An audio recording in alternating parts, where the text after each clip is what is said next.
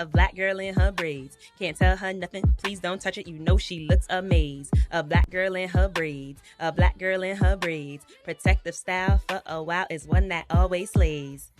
A black girl in her braids be the best. When you see her with the fresh extensions, know that she is blessed. No stress from having to do her hair when she wake up. Can just throw on some makeup and go. Or no, bare face and braids is a look too, honey.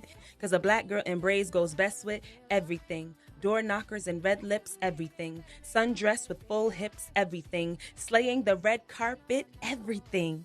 But sometimes they give us grief. Because for some reason they feel braids can't be corporate. Rather see me forfeit my time to twist my hair every night.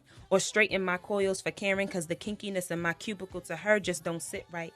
If I adjust my crown to look more white, that will relax her. I want my hair in a box, not me. Rooted in Africa, it's a style that never fades. Ain't nothing in this world like a black girl in her braids.